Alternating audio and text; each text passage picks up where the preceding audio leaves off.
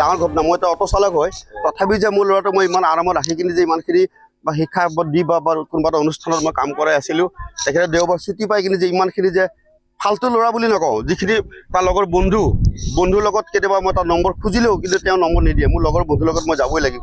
সেইকাৰণে মই সদায় মানে অসমবাসী ৰাইজক কওঁ যে গৰীব দুখীয়া কোনো কথা নহয়, কোনোবা অটো চালক হ'ব পাৰে, ৰিক্সা চলাব পাৰে, সকলো পিতৃ মাতৃয়ে ভাবে যে মোৰ ল'ৰাটো ভাল হওক।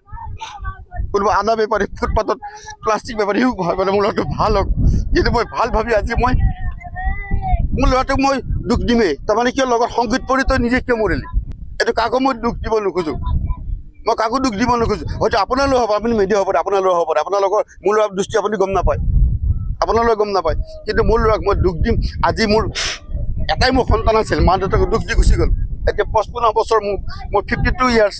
এতিয়া মোৰ সন্তানৰ মোৰ দুটা ল'ৰা ছোৱালী আছে, কি ধুনীয়াকৈ মই সখী খাম। অসমবাসী ৰাইজে মই এতিয়া আলোচনা কৰিছোঁ যে এনেকৈ কোনো সংগীৰ লগত দুখ নহয়, নিজৰ ল'ৰাৰ ভুল, নিজৰ সন্তানৰ ভুল, লগত সংগত পৰি গ'লি কিয়? অতিভক্ত চুৰলক্ষণ বুলি আমাৰ হিন্দু ভাষাত এটা ডাঙৰ প্ৰশ্ন আছে, অতিভক্ত চুৰলক্ষণ, যিটো এনি টাইম দুষ্ট মানুহে যিবিলাক ভাল হেৰি দেখায়, তথাপি তই গ'লি কিয়? মই তাক এনি টাইম ফোন কৰি থাকোঁ, তই বাবা নাযাবি দেই, আজি দেওবাৰ। মই বাবা মই নাযাওঁ দে, মই শুই থাকিলে মই শুই থাকি কিনি মই গুচি গ'লোঁ। আহি কিনি মই ডিউটি গ'লোঁ। ডিউটি যোৱাৰ পাছত মোৰ এটা ভাড়া লাগিল গান্ধীনগৰৰ পৰা, মোৰ পাণ্ডু লাগিল। মই ক'লোঁ বাইদেউ মোক 500 টকা ভাড়া লাগিব। 500 টকা মোক দি দিলে। দিয়াৰ পিছত মই গান্ধীনগৰ ভাড়াটো, তেতিয়া মোৰ 5:40 মানত মোৰ ইয়াৰ পৰা ফোন গৈছে, আপোনাৰ ল'ৰাটো পানীত পৰি মৰি গ'ল বুলি কৈছে। তেতিয়া মোৰ সেই ভাড়াটো মই লগতে বন্দুক দি কিনি মই ইয়াত আহিলোঁ। এইটো নম্বৰ মোৰ লগতো আছে, 94 এনেকুৱা নম্বৰ আছে, এইটো নম্বৰ চেক কৰিব পাৰে কোনে ফোন কৰিছে।